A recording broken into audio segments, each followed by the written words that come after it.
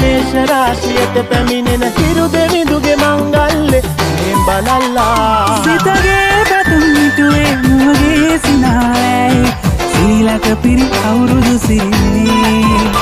සිතගේ පැතුම් මිටුවේ මුවගේ සිනාවැයි සිරිලක පිරි අවුරුදු සිරිනේ